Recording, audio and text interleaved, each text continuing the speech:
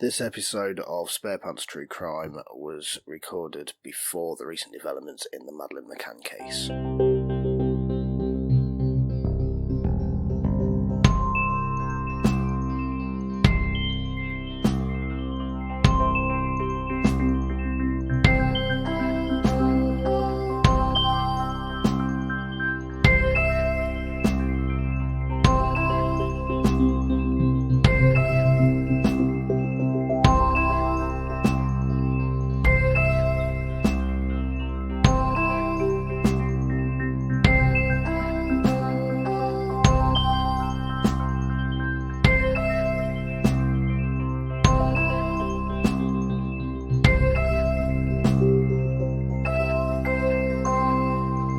Hi guys, welcome to my newest episode of Spare Pants. I've been researching loads of true crime cases just to pass the time, and today's episode I'm going to be chatting about two missing people's cases. And I've always preferred missing people's cases to murder ones, mainly because they're slightly less depressing and scary to research, and I find it so interesting how people can just disappear into thin air. But before I start this episode, I want to mention a true crime YouTuber that I've been absolutely loving recently. Her name is Danielle Hallen, and I've been binge watching all of her videos. She talks about numerous different cases, and I think they're all over half an hour, which is great when you're bored shitless. But they're really well researched, but they're not boring. So the first case I'm going to talk about is probably one of the most famous ones. Now, I wasn't originally going to do this case, but I changed my mind and I decided to anyway. And it's the disappearance of Madeleine McCann. Out of all missing children's cases, this one is definitely the most famous, which is quite sad as I think all missing children's cases should get the attention that they deserve. So Madeleine McCann vanished on the 3rd of May 2007 whilst on holiday in a resort in Praia de Luz, I've probably botched that pronunciation, in the Algarve region of Portugal. On the night of her disappearance, her parents were at a tapas restaurant with friends, 55 metres away from the apartment where Madeleine and her siblings were sleeping. The parents continuously checked the children throughout the evening. Now, at around 10 p.m, Maddie's mother Kate discovered that she was missing. One thing that I find interesting is when Kate discovered her daughter was missing, she shouted, "They've taken her." I think that's a pretty weird thing to say.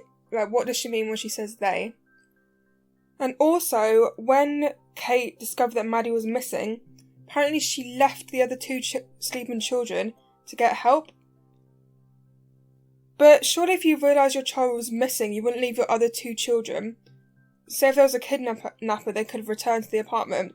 You know, she could have phoned someone or gotten the attention some other way. I don't care what anyone says, it's extremely irresponsible to be drinking in a restaurant, leaving your 3 young children alone without supervision. The location of the apartment was in a very public place. They didn't even lock all of the doors, so it was very easy for someone to rob. Also, there were babysitting facilities available, so there was no excuse to leave the children on their own. And I'm sorry if this comes across the wrong way.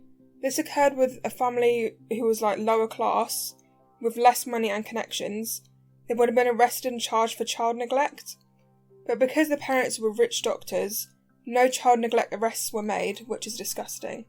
So the Portuguese police have been criticised for the way they handled the case. Border and Marine Police weren't given a description of Madeleine for hours, and they didn't do any house-to-house searches. One of the main things that could have fucked up the investigation was after Kate realised Maddie was missing, all of the friends went into the apartment. They thoroughly looked around for her, and, maybe they thought they were helping. This could have disturbed any DNA evidence that was in the apartment. They didn't even phone the police straight away. What they should have done was contacted the police, then completely left the place alone for the police to search it properly. So, let's get into some theories.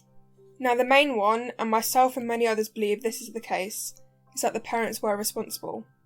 So the night before the disappearance, Maddie asked her parents why they didn't come to her when she woke up crying in the night.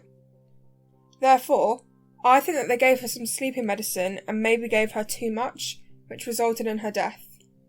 I mean, they were doctors who had easy access to drugs, so it's not too far-fetched for that to happen.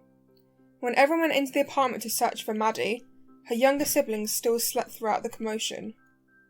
I mean, every child is different, but if numerous people were traipsing around your room, surely you would wake up. And the main thing that points the fingers to the parents is the use of cadaver dogs. So cadaver dogs are used to hunt for blood and human remains, and they're about 95% accurate. When dogs were used surrounding this case, they were alerted to two main areas.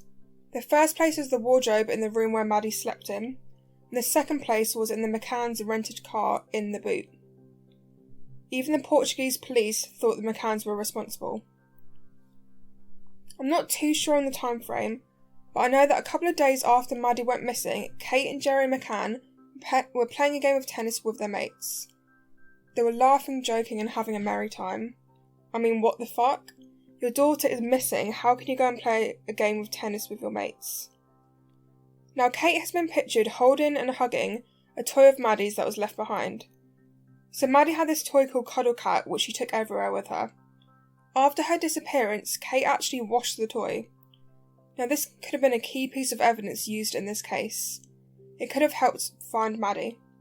When Kate was questioned by Portuguese police, apparently she refused to answer 48 questions in her interview, which is quite suspicious. The other main theory is that Maddie was abducted. So the parents claim that on the night of the disappearance, they were checking on the children every half an hour. However, we all know how much alcohol blurs time, so the time frame might be slightly skew-iff. When one of the friends of the McCanns, Jane Tanner, who was out for dinner with them on the evening of the disappearance, was checking on her own daughter, she said she saw a man carrying a child in his arms very near the McCann's apartment. There have also been reports that numerous men were acting suspicious near the apartment. They were spotted watching it and standing on the stairwell leading up to the entrance. However, the only thing wrong with this theory is that if Maddie was abducted by human traffickers or robbers, surely they would have taken her youngest twin siblings as well. But I was reading a Reddit comment, and apparently there was a note that specifically said that the children were going to be left alone on this night. So perhaps someone read the note and then alerted some robbers or something. Lastly, an idea is that Maddie could have woken up during the night, left the apartment, and then something happened to her. Like when I was younger, I would often wake up during the night and would go and see my parents. Also, because the door was left unlocked, it was obviously a lot easier for her to leave. But I think if Maddie had left the apartment, she would have taken her treasured cuddly toy with her. So obviously there's loads of theories and suspects in this case. Let me know what you think. I'd recommend watching the Netflix documentary. I think it's called The Disappearance of Madeleine McCann. Because you found out loads of theories that I'd never heard before. So the next missing persons case I'm going to discuss is the disappearance of Brian Shaffer, which happened in Columbus, Ohio. On the 31st of March 2006, Brian went out with his friends to celebrate the start of spring break. He was a medical student at Ohio State University and was dating a fellow medical student, Alexis Wagner, whom apparently he was planning to propose to. So Brian went for a steak dinner with his father, Randy, and his father noticed how exhausted Brian was, as he had been studying hard for his exams. Randy didn't think that Brian should be going out drinking with his friends, but he kept it to himself. At 9 p.m, Brian met his friend William Clint Florence at the Ugly Tuna Saloona, which is quite a cool name, and they went on a bit of a bar crawl. Apparently they had a shot in every single bar they went in, which sounds like a pretty good night. After midnight, Brian and William met with another friend, Meredith Reed. They went back to the Ugly Tuna pub. When they were there, Brian somehow got separated from his mates. They kept on calling him, but when the bar closed, they presumed that he had just gone home, as his apartment was close to the bar. I think it was a few blocks away. On April the 1st, Brian's girlfriend Alexis tried to contact him, but it kept on going straight to voicemail. At first, she thought he was just sleeping off a bad hangover, but as the day went on, she became increasingly concerned. She called his father, Randy, and he went to check his apartment. Randy said that everything looked normal. His car was there and his bed was made, but there was no sign of Brian, so a missing persons report was filed. The investigation started straight away. The police viewed all the CCTV from the bar. At 1:15 a.m, he was seen entering the bar with his two friends, and at 1:55 he was filmed outside the bar chatting to two women, then went back inside. But he was never actually filmed leaving the bar, so what happened to him? The investigators realised that he could have technically changed his clothes, maybe put on a cap so that the CCTV didn't spot him. I think that's pretty unlikely. I don't know if he took a bag with him when he was out drinking, but who takes a change of clothes on a bar crawl? It wasn't like he lived far away and was planning to crash at a friend's house. The only area of the bar which didn't have CCTV was a back service door. However, this was rarely used by the public and it opened onto a construction site, which officers said that would have been difficult to walk through when you were sober, let alone if you're drunk as much as Brian and his friends did that night. The interesting thing about this case is that there are no theories that really stand out.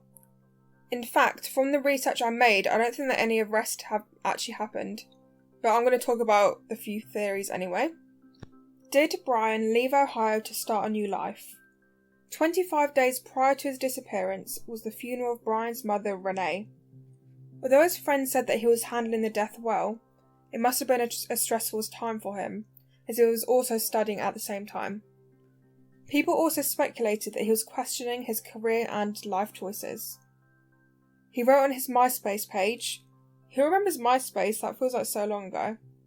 He wrote, "I really love music, and this doctor thing is only a job until I get my band together." He also wrote that he wanted to own an island or a beach someday, so perhaps he went to pursue his dream. Now, there was loads of construction work going on in this area at the time. Maybe in his intoxicated state, he wandered onto a building site and got injured. But the police did search all the CCTV in the area, so I don't know how likely that is. Perhaps he got into a drunken argument. You know what people are like when they're drunk, a lot of fights tend to happen. But some people have linked this case to the smiley face killer. These victims have fallen into bodies of water whilst being intoxicated. And although the river in the area was searched, it could be a possibility. Now, when someone disappears, a lot of suspicion is placed upon who was last with them. Now, all the people Brian had spent with that night had taken and passed lie detector tests. We all know lie detector tests aren't completely accurate, that's why they aren't used in court, but it's still interesting. The only person who didn't take a test was William Clint Florence, his best mate who he went drinking with. Reportedly, the reason he refused a test was because he felt like he told everything he knew about that night. But he did also hire a lawyer at the time. Why would you do that if you weren't guilty of something? Lawyers are very expensive. So let me know any theories you have on this case. I really hope they find out what happened to him, because no arrests have been made, which I find really strange. So that was that episode of Spare Pants. If you are interested in true crime, I watched a really good documentary which you might like. So I watched Kim Kardashian The Justice Project, and it was brilliant. No matter what your opinion on the Kardashians are, it is a great watch. It looks at lots of cases of people in prison, and I learned loads about crime and justice, which was quite interesting. Thank you so much for listening. Let me know on any other cases that I might like to do an episode on. Check out mine and my friend Andy's podcast, Flandy. It is so much fun to record. It's literally my favourite thing. You can contact me at flo@flybypants.com or on my Instagram, which is f.mcatty.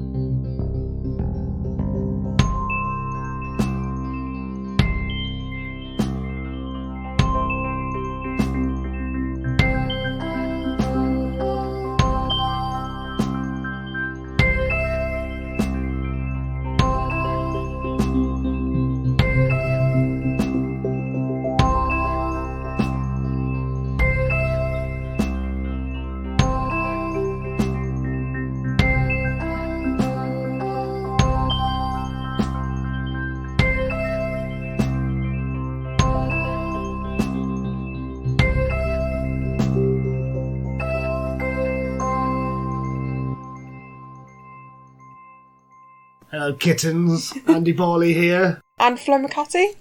We're here to tell you about Flandy. What's Flandy, Flo? So it's a podcast we do every fortnight discussing current events. And Flandy Flo sounds like the name of a Pokemon. Flandy Flo. Flandy Flo. Wonder what it would look like. An amalgamation of me and you. Yeah, with massive eyelashes and a mohawk. cartoons. So it is available on Podbean, it is available on iTunes, what else? Spotify, And, Google Podcast. yeah, I've actually remembered it. well done. I know. And the website, Oh yeah. flybypants.com.